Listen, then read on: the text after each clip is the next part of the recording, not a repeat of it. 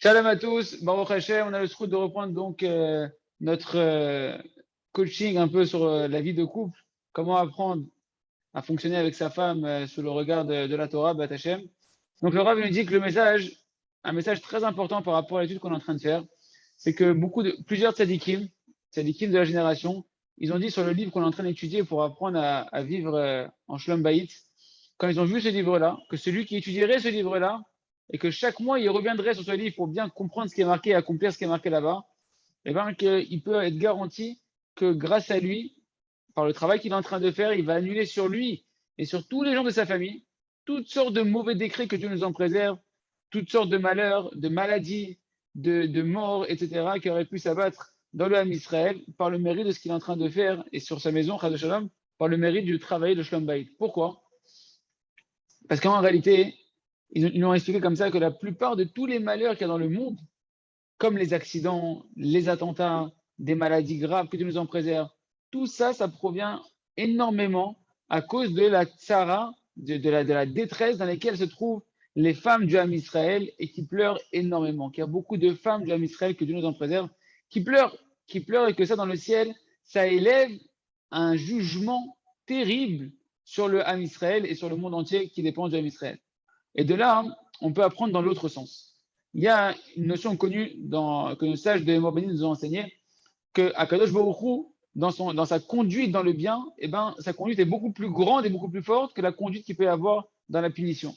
Et donc, si jamais une larme d'une femme, elle peut réveiller un tel jugement dans le monde que Dieu nous en préserve, combien de bénédictions démultipliées on peut avoir lorsqu'une femme maintenant, au lieu de pleurer, elle va sourire, qu'elle va être remplie de joie.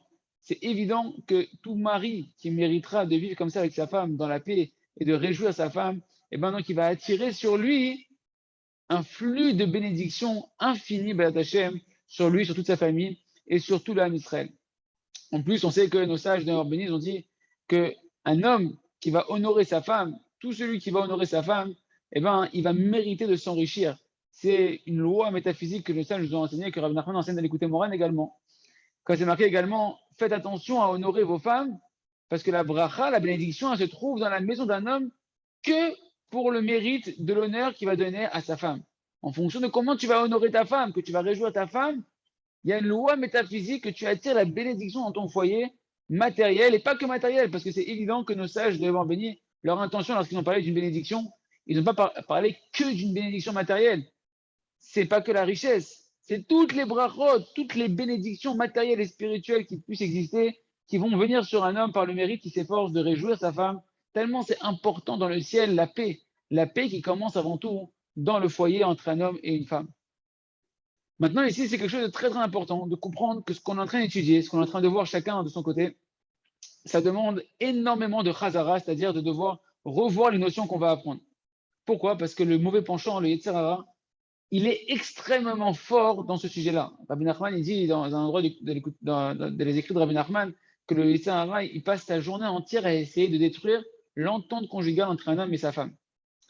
Et donc, c'est pourquoi chaque point qu'on va étudier ici, il va falloir énormément le revoir et les revoir, parce que c'est des choses qui dépendent du cœur, et que les choses qui dépendent du cœur, il faut beaucoup travailler dessus et les revoir pour qu'elles pénètrent à l'intérieur de nous-mêmes, dans notre conscience, dans notre inconscient, et qu'on puisse les absorber et les faire passer ensuite du potentiel au concret dans notre vie de tous les jours. Il y a un étudiant en Torah, un élève du Rav Arush, qui lui a dit que ça fait des mois et des années, Baruch Hashem, que tous les jours il écoute. À l'époque, c'était une cassette. C'est un CD qui existe aujourd'hui en français qui s'appelle L'honneur de la femme, où là-bas, il y a un concentré de tous les points qu'il y a dans ce livre-là, dans un CD, dans un cours du Rav. Et il a dit que Baruch Hashem, parce que le fait qu'il écoute tous les jours ce cours-là, avec tous les points là-bas qui sont rappelés là-bas, ça lui permet d'avoir une entente conjugale extraordinaire dans sa maison. Un autre avraire, un autre étudiant en Torah, il a témoigné sur lui que depuis qu'il écoute ce même CD, ce même cours-là, il a étudié environ 400 fois, il a dit minimum 400 fois. Et depuis Baruch Hashem, il a un shlom bayit extraordinaire. Et sa femme, elle a dit que durant des mois, tant que son mari était proche de ces enseignements-là, elle avait véritablement un paradis dans sa maison. Mais dès qu'il a commencé à arrêter d'étudier le livre qu'on est en train d'étudier et ces enseignements-là, l'enfer, il est revenu dans la maison. Donc il faut comprendre que c'est très très important. Tout ce que vous allez étudier ici, ce qu'on va étudier, chacun de son côté, ensemble, il faut le revoir, le revoir, le revoir. Et le Rav nous dit, sache que moi-même, lorsque j'ai écrit ce livre-là, que j'ai commencé à compiler ce livre-là, chaque point que j'ai marqué là-bas, j'ai multiplié énormément d'idvodedou, c'est-à-dire de prières dans ma langue maternelle avec Akadosh Baruch Hu directement, sur chaque point que j'ai enseigné.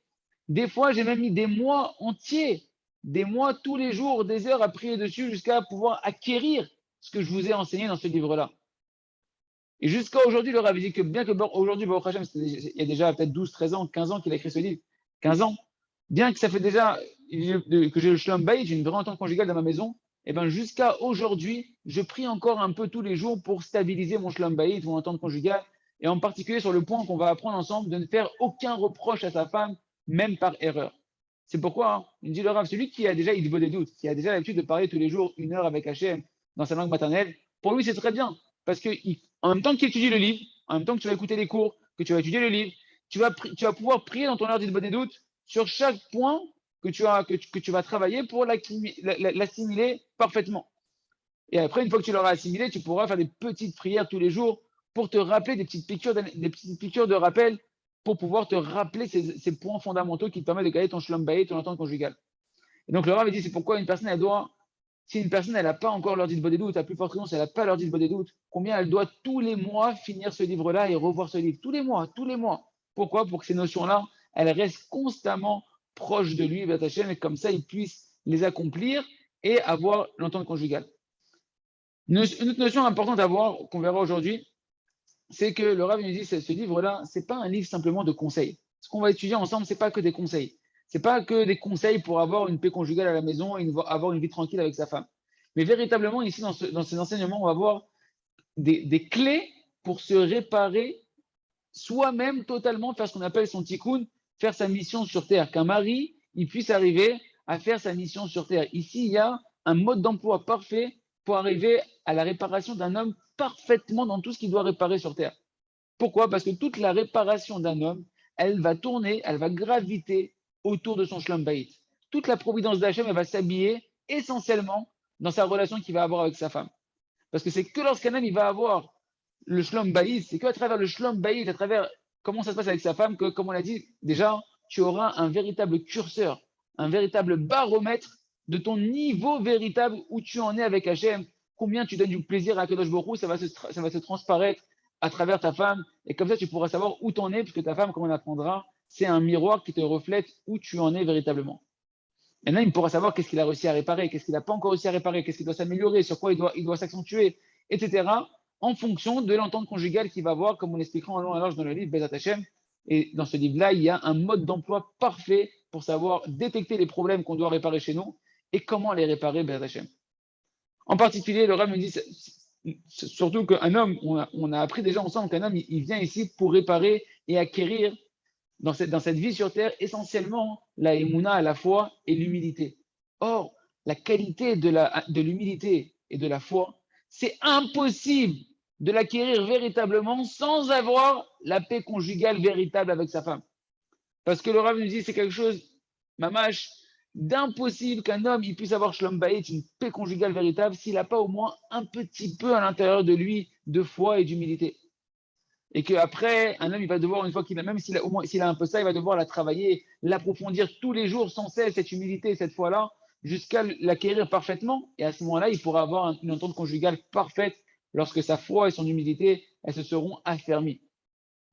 C'est pourquoi, de nouveau, on insiste que tout le sujet du shalom bayit, de l'entente conjugale, ça va être que le résultat du travail personnel de combien un homme il s'occupe de faire sa mission sur terre et de se réparer lui-même.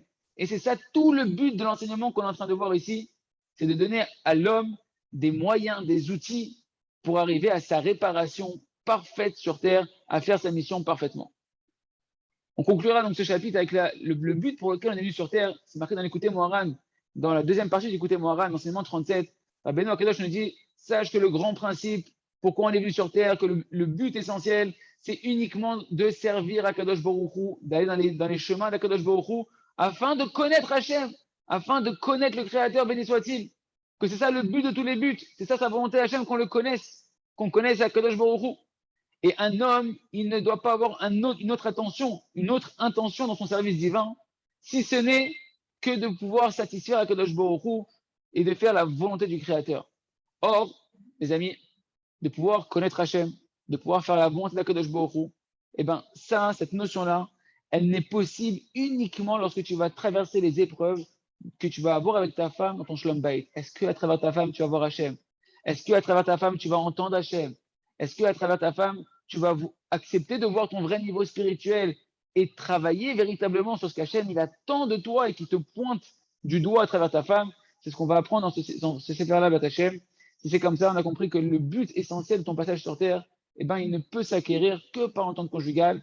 Et merci Hachem, demain, on commencera le deuxième chapitre. Et là, les amis, on va rentrer dans les détails de comment travailler concrètement le Shlom Bayit. Et merci Hachem, je pense qu'on aura des réactions de votre part. Je les attends avec impatience. Chazak ve nitrazek.